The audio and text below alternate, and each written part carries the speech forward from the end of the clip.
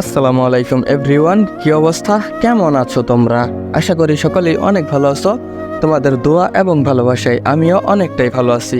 তো তোমাদের মুগ্ধ গল্পের 19 নম্বর পর্ব নিয়ে হাজির হয়ে গেলাম। তো চলো বেশি কথা বলে না করে দেরি, চলো আজকের গল্প শুরু করি। ভার্সিটির অডিটোরিয়ামে দাঁড়িয়ে আছি আমি আর তিথি। মূলত ওর সাথে আজ খুব করে ঝগড়া করব বলে ভার্সিটি পর্যন্ত টেনে এনেছি। আরেকটা কারণ আছে, সেটা তিথির জন্য সারপ্রাইজ বা মহাদামাকা। বাসায় রাতুল ভাইয়া সম্পর্কে কোনো কথাই বলিনি। তার উপর পরশু বাসা থেকেও চলে গেছে নিজ বাড়িতে, আর মাত্র 4 দিন পর ভাইয়ার ফ্লাইট। সো ওনাকে পছন্দ নয় কেন সেই কথাটাই জানতে চাই আমি। চুপচাপ দাঁড়িয়ে আছে তিথি, কোনো কথা নেই। এই পর্যন্ত বহুবার জিজ্ঞেস করেছি ভালোবাসে কিনা বা কাউকে ভালোবাসে না কেন, কিন্তু কিছুই বলেনি। মোর বান্ধবীর এমন নীরবতার কারণ বুঝতে পারছি না আমি। ওর মাথায় গাঁটটা মেরে বলে উঠলাম আমি, ওই বান্ধবী এত চুপচাপ কেন? তিথি বলল, কই না তো, এমনিতেই। মুগ্ধতা আবারও বলল, তুই কি জানিস 4 দিন পর রাতুল ভাইয়ার ফ্লাইট? তিথি বলল, না তো। আর এটা জেনে আমি বা কি করব? মুগ্ধতা আবারও জিজ্ঞাসা করলো, কি করবি জানিস না? তিথি বলল, না। তবে রে বলেই গালটা টেনে দিলাম। আচ্ছা, এত বনিতা না করে একটা সরাসরি কথা বলতো। তিথি বলল, কি কথা? রাতুল ভাইয়াকে পছন্দ করিস কি করিস না? হ্যাঁ অথবা না, এর বাইরে কোনো কথা বলবি না? তিথি মলিন মুখে বলল, দূর, চল তো ক্লাসে চলে যাই। মুগ্ধতা চোখ রাঙিয়ে বলল, একদম এড়িয়ে যাওয়ার চেষ্টা করবি না। রাতুল ভাইয়ার মতো ভদ্র ছেলে দুইটা আর নেই। তাছাড়া যদি ভালো নাই বাসিস তাহলে সেটা বলছিস না কেন? আর যদি ভালোবাসিস সেটাই বা অ্যাকসেপ্ট করছিস না কেন? হ্যাঁ মানছি, প্রপোজ করলে অ্যাকসেপ্ট করতে হবে এমনটাও নয়। রিজেক্ট তো করতে পারিস। তাহলে সত্যি বল, ভালোবাসিস? হ্যাঁ কি না বল। আমার দিকে তীক্ষ্ণ দৃষ্টি নিক্ষেপ করলো তিথি। একটা দীর্ঘশ্বাস ছেড়ে বলতে লাগলো, রাতুল ছেলেটা খারাপ নয়, সেটা আমি ভালোভাবেই জানি। ও কোনো রিলেশনশিপেও নেই, সেটাও আমি জানি। অতি নম্র ভদ্র শান্তশিষ্ট স্বভাবের একটা ছেলে সেটা আমি ভালো করেই জানি। কিন্তু ওর দিকে ব্রুকুসকে তাকালাম আমি। কিন্তু কি, সেটা জানার জন্য উৎসুক চোখে তাকিয়ে আছি ওর দিকে। কিন্তু ওনাকে নিয়ে একটাই সমস্যা, লোকটা মাত্রাতিরিক্ত ভীতু। যে সামান্য মনের কথাটাই মুখে বলতে পারে না, সে আবার কেমন পুরুষ? আর তুই তো ভালো করেই জানিস, যারা অতিমাত্রায় ভীতু তাদের আমি একদম সহ্য করতে পারি না। লোকটা আমায় ভালোবাসে, অথচ দেখ সেই কথাটা 3 মাস ধরে আমাকে বলতে গিয়েও বলতে পারেনি। কত বড় খচ্চর! ফাইনালি যাও কথাটা শুনলাম, তাও আবার কে বললো আমায়? মুগ্ধ ভাইয়া। আচ্ছা তুই বল, ভাইয়ার বলা কথাই কি আমি ওনাকে অ্যাকসেপ্ট করতে পারি? যেখানে উনি নিজেই কিছু বলেননি, সেখানে মুগ্ধ ভাইয়ার কথা শুনে আমি হ্যাংলার মতো কি করে বলতে পারি যে আমিও আপনাকে ভালোবাসি? এভাবে কি হয় মুগ্ধতা? তুই বল। মনের কথা নিজের মনের মানুষকে নিজেকেই বোঝাতে হয়। হ্যাঁ, অন্য কেউ জানতেই পারে, তাই বলে এভাবে হাত গুটিয়ে অন্যের ওপর নির্ভরশীল হয়ে বসে থাকার কোনো মানে হয়? কোনো মানে হয় না। এতক্ষণ ধরে তিথির কথাগুলো মনোযোগ সহকারে শুনছিলাম আমি। এবার বুঝতে পারলাম ওনাকে অ্যাকসেপ্ট না করার মেইন রিজন। তিথির কথাগুলো ফেলে দেওয়ার মতো নয়, যুক্তি আছে কথায়। অযৌক্তিক কোনো কথাই বলেনি, ও নিজের জায়গায় একদম ঠিক। কিন্তু তিথি তো জানে না আজ ওর অপেক্ষার প্রহর শেষ। তবে এটা ভেবে ভালো লাগছে, আজ আবারও দুটো ভালোবাসার মানুষ এক হবে, সাক্ষী হব আমরা সবাই। আধ ঘন্টা ধরে রেস্টুরেন্টে মুখোমুখি বসে আছে রাতুল আর তিথি। সকালে প্ল্যান করে মুগ্ধতাকে দিয়ে এখানে আনিয়াছি ওকে রেখে 5 মিনিট আসছি বলে প্রস্থান করলো মুগ্ধতা। পুরো রেস্টুরেন্ট ফাঁকা, শুধু তিথি আর রাতুলের জন্য রেস্টুরেন্ট বুক করেছে মুগ্ধতা, হৃদয়, নেহা সকলে আড়ালে দাঁড়িয়ে আছে। কিন্তু আজকেও অর্ধেক বলে আর এগোতে পারছে না রাতুল। সেটা দেখে রাগে গজগজ করতে লাগলো তিথি, কিন্তু মুখে কিছু প্রকাশ করতে অনিচ্ছুক।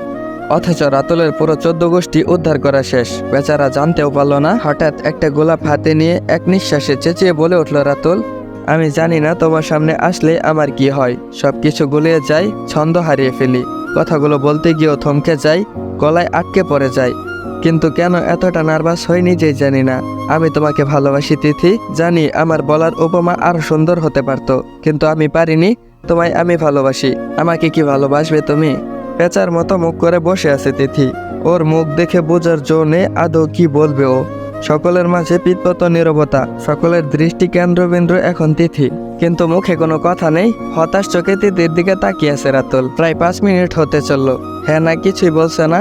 তাই হতাশ হয়ে মাথা নিচু করে হাতে থাকা ফুলটা টেবিলে রেখে সামনে এগোতেই কর্কশ কণ্ঠে বলে উঠল, ওই বান্দরের মতো মুখ করে কোথায় যাস? এই একটা কথা বলতে তোর 1 ঘন্টা লাগলো? তোর এখন পচা পানিতে চুবাইতে ইচ্ছা করতেছে। শালা হাদারাম, আবার বাপ দেখায় চলে যাচ্ছিস। তোর কপাল ভালো, এখানে আমার হাতের কাছে কিছু নেই। হাতের কাছে কিছু থাকলে আমার উত্তর শোনার আগে তোকে আগে পিটাইয়া চামড়া উঠায় ফেলতাম। তিথির কথা শুনে সবাই হা হয়ে গেল। কি মুখের ভাষা, এ যেন অন্য কোনো তিথিকে আবিষ্কার করলো সবাই। রাতুল গোমরা মুখ করে তিথির পানে তাকিয়ে রইল। কিছুক্ষণ চুপ থেকে মাথা নিচু করেই বলল, রাতুল বলল, দাঁড়িয়েই তো আছি, কই তোমার উত্তর তো জানালে না। কথাটা শুনেই যেন আরো রেগে গেল তিথি। শার্টের কলার চেপে বলল, ওই আমার মুখ দেখে বুঝিস না? যে মেয়ে 1 ঘন্টা লেট হওয়ার অপরাধে এতগুলো কথা শোনালো, সেই মেয়ের উত্তর কি হতে পারে বুঝিস না? কথাটা শুনে চকচক করে উঠলো রাতুলের চোখ জোড়া, সাথে সকলে তৃপ্তির হাসি আসলো। যাক, অবশেষে তিথি হ্যাঁ বলল। তিথিকে কোমরে জড়িয়ে নিজের সাথে মিশিয়ে বলল, তার মানে তুমি রাজি? এবার বেশ লজ্জায় পড়ে গেল তিথি। মুচকি হেসে মাথা নিচু করে ইশারায় সম্মতি জানালো। কিন্তু রাতুল নাছোড়বান্দা, সে তিথুর মুখ থেকেই শুনবে। অতঃপর রাতুলের জোরাজুরিতে এক প্রকার বাধ্য হয়ে বলতে হলো, আমিও তোমাকে ভালোবাসি। আংটি হাতে নিয়ে হাঁটু গেড়ে মুগ্ধতার সামনে আসে মুগ্ধ। তিথির পালা শেষ হতে না হতেই সবাই মুগ্ধর ওপর হামলে পড়েছে। সকলের জোরাজুরিতে রাজি না হয়ে থাকতে পারেনি মুগ্ধ। সকলের সামনেই প্রপোজ করতে রাজি হয়। দুজনকে দাঁড় করিয়ে পাশে দাঁড়িয়ে ব্যাপারটা এনজয় করছে সবাই। মুগ্ধ তার মুখমণ্ডলের দিকে তাকিয়ে বলতে লাগলো, তোমায় যেদিন প্রথম দেখেছিলাম থমকে গিয়েছিলাম। তোমায় দেখে হুঁশ হারিয়ে ফেলেছিলাম আমি।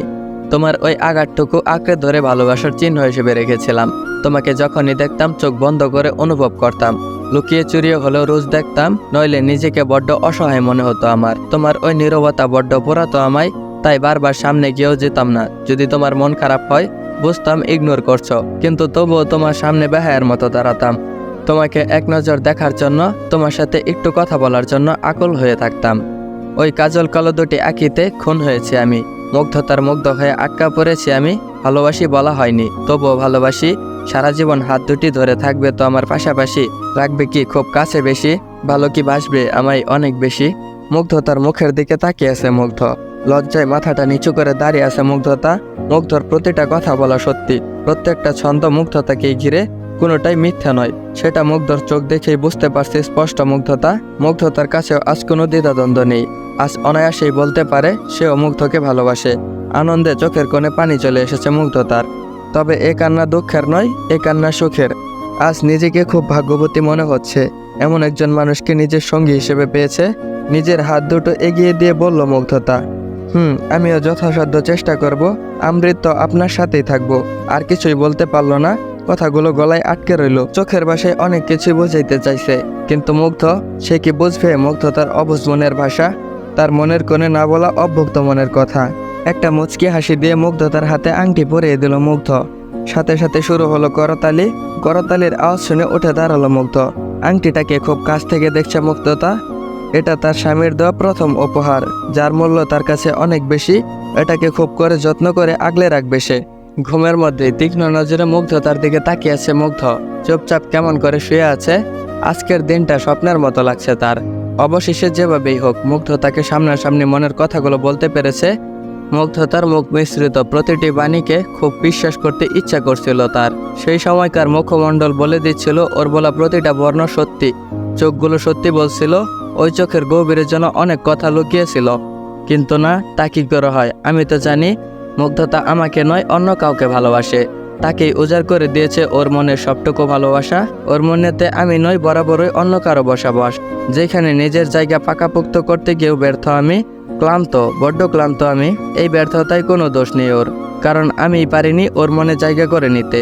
সেই ব্যর্থতার দায়ভার একমাত্র আমার। হয়তো আমার ভালোবাসায় খাচ্ছিল, তাই মুগ্ধতাকে আজও আমার করে নিতে পারিনি। মনের মণিকোঠায় কেন এত হাহাকার? আজ কেন এত আকুলতা? কেন এত খারাপ লাগছে আমার? রাতুল আর তিথিকে দেখে কেন এতটা পোড়াচ্ছে আমার? যেখানে আমি আগে থেকেই জানতাম রাজ্যের রানীর মনে আমি কোথাও নেই, তাহলে আজ কেন এতটা বিরহ? কেন এতটা জ্বলে পুড়ে মরছি আমি? মুগ্ধতার দিকে তাকাতে তাকাতে আপনা আপনি ওর মাথায় হাতটা চলে গেল। মাথায় হাত বুলিয়ে নিত্যদিনের মতো কপালের ঠোঁট ছোঁয়াতে গিয়েও থেমে গেল, কারণ ওর ফোন বাজছে। বিরক্ত নিয়ে ফোনের স্ক্রিনের দিকে তাকালো। স্ক্রিনে ভেসে উঠল রাতুলের নাম। নিজেকে মুগ্ধতার কাছ থেকে দূরে সরিয়ে নিয়ে উঠতে যাবে, তখনই হাতে টান অনুভব করলো। পিছনে ফিরে তাকিয়ে অবাক মুগ্ধ। চোখ বন্ধ করে মিটিমিটি হাসছে আর এক হাতে হাত ধরে আছে তার। ওকে এইভাবে দেখে থতমত হয়ে গেল। আমতা আমতা করে ওর নাম ধরে ডাকতে লাগলো, কিন্তু কোনো সাড়া দিল না।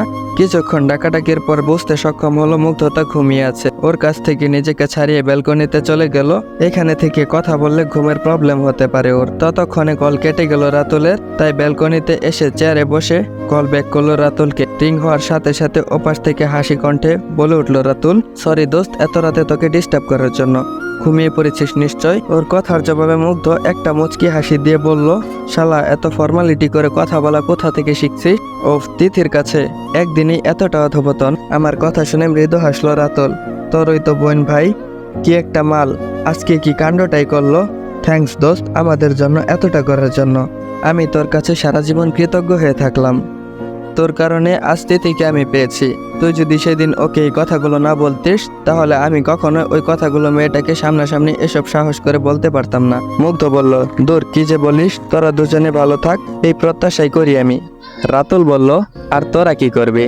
আমরা সবাই চাই তোরাও খুব ভালো থাক, মুগ্ধতাকে নিয়ে হ্যাপিলি লাইফটা কাটা। মেয়েটা অনেক কষ্ট পেয়েছে, এবার তোর হাত ধরে যেন একটু সুখ পায়, একটু ভালোভাবে বাঁচতে পারে। তবে আজ কিন্তু তোর আনন্দের দিন, তাই না বল? মুগ্ধ কিছুটা অবাক হয়ে জিজ্ঞেস করলো, আনন্দ? কিসের আনন্দ? বলল, আজ মুগ্ধতাও তোকে ভালোবাসে। সরাসরি বলতে পারেনি, কিন্তু ওর চোখে মুখে তোর জন্য ভালোবাসা দেখেছি আমি। হয়তো আমাদের জন্য মন খুলে বলতে পারেনি। ওর কথাগুলো শুনে দীর্ঘশ্বাস ছাড়লো মুগ্ধ। মুগ্ধ বলল, তোদের বুঝতে ভুল হয়েছে, ও এমনিতেই এসব বলেছে। সকলের সামনে কি করবে তাই মনের ওপর জোর কাটিয়ে এসব করেছে। আমি ওর ভালোবাসা পাওয়ার যোগ্য নয় রে। ও একজনকে ভালোবাসে আর তাকে আঁকড়ে বাঁচতে চাই। ওর মনে আদনান আছে, আমি নই। যতই বলুক ওকে ভালোবাসবে না আর, কিন্তু আমি জানি ও তাকেই ভালোবাসে। সকালে রোদের আলো চোখে পড়তেই ঘুম ভাঙলো মুগ্ধর। জানালার গ্লাস সরিয়ে পর্দা নিয়ে নাড়াচাড়া করতে ব্যস্ত কেউ। ঘুমের ঘরে বিরক্ত নিয়ে এপাশ ওপাশ করেও লাভ হলো না তার। ঘুম ভেঙেই গেল, সাথে সাথে রেগে গেল মুগ্ধ। এই ভোরবেলায় রোদের সাথে খেলায় মেতেছে কে? চোখ খুলে তাকাতেই অবাক মুগ্ধ। মুগ্ধ তা পর্দা নিয়ে নাড়াচাড়া করছে, আর মুগ্ধর দিকে তাকিয়ে খিলখিল করে হেসেই চলেছে। ওর মুখের দিকে তাকিয়ে মুহূর্তেই মুগ্ধর সব রাগ জল হয়ে গেল। মেয়েটার হাসির দিকে তাকিয়ে মুগ্ধ গলে গেল। এই সাত সকালে এভাবে তার প্রিয়সের চাঁদ মুখখানা দেখতে পাবে ভাবতেই পারেনি। লাল শাড়ি, হাতে লাল চুড়ি, কানে লাল কানের দুল, ঠোঁটে গাঢ় লিপস্টিক, চুলগুলো কোমর পর্যন্ত গড়িয়ে পড়েছে। কি মায়াবী লাগছে, যেন কোনো পরী ঘুরে বেড়াচ্ছে মুগ্ধর আশেপাশে। নেশা ভরা দৃষ্টিতে তাকিয়ে আছে মুগ্ধ তার দিকে। আজ নিজেকে আটকে রাখা বেজায় দায়ী হয়ে পড়েছে, কিন্তু মুগ্ধতা কি ভাববে সেটাও ভাবছে। তাছাড়া এই সকালবেলা এতটা সাজার কারণই বা কি? আগে তো কখনো সাজেনি, কোথাও যেতে হলেও এভাবে সাজেনি। জানালার কাছ থেকে সরে এসে আমার সামনে দাঁড়িয়ে আমার ভাবনার ছেদ ঘটিয়ে বলল মুগ্ধতা, দেখুন আমাকে কেমন লাগছে, সুন্দর লাগছে তো? মুগ্ধতার কথা শুনে ভেবাচেকা খেয়ে গেলাম আমি। সাত সকাল মেয়েটার হলো কি? মুখে হাসি ফুটিয়ে বললাম, সুন্দর? কই না তো, কেমন লাগছে যেন। এটা পাল্টে আসো, একটুও ভালো দেখাচ্ছে না। কথাটা শুনে অমাবস্যার আধারে ছেয়ে গেল মুখখানা। আবার কি ভেবে যেন খুশি হয়ে গেল, হাসি খুশি মুখে বলল, আপনি মিথ্যা বলছেন। সকালটা অন্তত মিথ্যা আর বউকে কষ্ট দিয়ে শুরু করবেন না। ওর কথায় বিষম খেলাম আমি। কি করে বুঝলো? কি আমি মিথ্যা বলছি? মুগ্ধতা বলল, জি। আচ্ছা, আমাকে যদি ভালোই না দেখায়, তাহলে এতক্ষণ এক দৃষ্টিতে আমার দিকে তাকিয়েছিলেন কেন? এটাই প্রমাণ করে যে আমাকে খুব সুন্দর দেখাচ্ছে। আর আপনি আমাতেই ডুবেছিলেন, তাই এই শাড়িটা আমি চেঞ্জ করছি না। মুগ্ধ বলল, ওটা এমনি তাকিয়েছিলাম। এই সাত সকালে এতটা সাজার ঘটা দেখে ভাবছিলাম এই সাজের উপলক্ষ কি। মুগ্ধতা বলল, উপলক্ষ? আপনাকে উপলক্ষ খুঁজতে হবে না, কারণ আপনি কারণটা খুঁজেও পাবেন না। যদি মুখেও বলি তাহলেও বুঝবেন না আর বিশ্বাসও করবেন না, তাই না বলাই শ্রেয়। আর হ্যাঁ, আপনি মিথ্যা বলতে খুব বেশি একটা পারেন না, তাই বৃথা চেষ্টাও করবেন না। মুগ্ধ বলল, বারবার মিথ্যা মিথ্যা বলে কি বোঝাতে চাইছো? আমি মিথ্যা কথা বললাম? মুগ্ধ বলল, এই যে আমাকে দেখতে মোটেও ভালো লাগছে না বললেন, এটা একদম মিথ্যা কথা। আসলে আমাকে এই শাড়িতে দারুণ মানিয়েছে, কারণ আপনার পছন্দের রং এটা। এই রঙের যে কোনো কিছুই ভালো লাগে আপনার, তাই এই সৌন্দর্য দেখে মুগ্ধ তার দিকে ড্যাব ড্যাব করে তাকিয়েছিল। মুগ্ধতার কথা শুনে হা হয়ে গেলাম আমি। কি কনফিডেন্টলি কথাগুলো বলছে। মেয়েটা কি আমার মন পড়তে পারে নাকি? আমার মনের কথাগুলো কি সুন্দর সাজিয়ে গোছিয়ে আমার সামনে তুলে ধরলো। আমতা আমতা করে বললাম, মোটেও নয়। আচ্ছা, এসব বাদ দাও, এবার এটা বলো, এতটা সেজেছে কেন? কোথাও যাবে নাকি? আমার কথায় মুচকি আসলো মুগ্ধতা। লজ্জা মিশ্রিত কণ্ঠে বলল, না, কোথাও যাব না। কপাল কুঁচকে তাকালাম আমি। তারপর মুগ্ধতা বলল, যদি বলি আপনার জন্য। কথাটা শুনে চোখ বড় বড় হয়ে গেল আমার। অজানা শিহরণ বয়ে গেল মনে। আমি স্থির হয়ে ওর দিকে তাকিয়ে রইলাম। মুগ্ধতার দৃষ্টিও স্থির, আমার দিকে তাকিয়ে আছে। ওর চোখের দিকে বেশিক্ষণ তাকিয়ে থাকতে পারলাম না আমি। মাথা নিচু করে ফেললাম। ফ্রেশ হয়ে অফিসে যাওয়ার জন্য তৈরি হচ্ছে মুগ্ধ। ওর জামা কাপড় দিয়ে গেছে মুগ্ধতা। মুগ্ধতাকে আজকাল চিনতে পারছে না মুগ্ধ। ওর কথাবার্তায় বেশ পরিবর্তন এসেছে। মুগ্ধর প্রতি ওর কেয়ারিং খুব আনন্দ দেয়। মুগ্ধ তো এমন মুগ্ধতাকেই চেয়েছে বরাবর যে তার মন খারাপের কারণগুলো বলার আগে বুঝে নিবে। কোনো কিছু প্রয়োজন হলে আগেই সে বুঝে নেবে তার মনের কুঠিরে একমাত্র অধবর্তী স্থাপনকারী হবে সে, এবং সে এতদিনে মুগ্ধতার মধ্যে সেই মানুষটাকেই দেখতে পেয়েছে মুগ্ধ। তবে কি মুগ্ধর জীবনে সুখের দিন আগত? হঠাৎ মুগ্ধতার ডাকে ধ্যান ভাঙল মুগ্ধর। আয়নায় মুগ্ধতার প্রতিচ্ছবি দেখা যাচ্ছে। মেয়েটা যতটা মায়াবী তার চেয়েও দ্বিগুণ মায়াবী লাগছে আজ। শার্টের কলার ঠিক করে বলল মুগ্ধ। কিছু বলবে? চুপচাপ গুটিসুটি পেয়ে মুগ্ধর সামনে এসে দাঁড়ালো মুগ্ধতা। কোনো কিছু না বলে মুগ্ধর হাত থেকে টাইটা নিয়ে টাইটা পরাতে শুরু করলো। মুগ্ধতার এমন আচরণে হতবাক হয়ে গেল মুগ্ধ। চোখ দুটো রসগোল্লার নেই বড় হয়ে গেল। মুগ্ধতার টাই বাঁধা শেষ হয়ে গেল। মুগ্ধ এখনো ঠাই হয়ে দাঁড়িয়ে রইল। চোখের ইশারায় মুগ্ধতা ওকে জিজ্ঞাসা করতে চমকে উঠল মুগ্ধ। আচমকা কিছু না বলে মুগ্ধতার কপালের ঠোঁট ছুঁয়ে তড়িঘড়ি করে রুম থেকে চলে গেল নাকি পালিয়ে গেল বিষয়টা বুঝতে পারল না মুগ্ধতা। এই পুরো ব্যাপারটা এত তাড়াতাড়ি ঘটলো যে মুগ্ধতা টেরই পায়নি। স্ট্যাচুর মতো দাঁড়িয়ে আছে, বোঝার চেষ্টায় আছে একটু আগে তার সাথে কি ঘটলো। হঠাৎ মোহনাটাকে ধ্যান ভাঙলো। নিচে ব্রেকফাস্ট করার জন্য ডাকছে ওকে। একটা মুচকি হাসি দিয়ে মুগ্ধতা নিচে চলে গেল। আসসালামু আলাইকুম এভরিওয়ান। মুগ্ধতা মুগ্ধ গল্পের 19 নম্বর পর্বটা এখানে এন্ড করা হলো। তো তোমাদের গল্পের পর্বটা আজকে অনেকটাই বড় দেওয়ার চেষ্টা করেছি, কিন্তু যতটা পারছি ততটাই দিছি। তো তোমাদের গঠনমূলক মন্তব্যের আশায় রইলাম। সবাই অবশ্যই কমেন্ট বক্সে জানিয়ে যাবা গল্পটা কেমন লাগছে। পরবর্তী পর্ব আগামীকাল আসবে ইনশাল্লাহ। তো পরবর্তী পর্ব পাওয়ার জন্য অবশ্যই চ্যানেলটা সাবস্ক্রাইব করে বেল আইকন নোটিফিকেশনটা অন করে রাখবা। পরবর্তী পর্ব আসা অবধি সবাই ভালো থাকবা, সুস্থ থাকবা। আল্লাহ হাফেজ।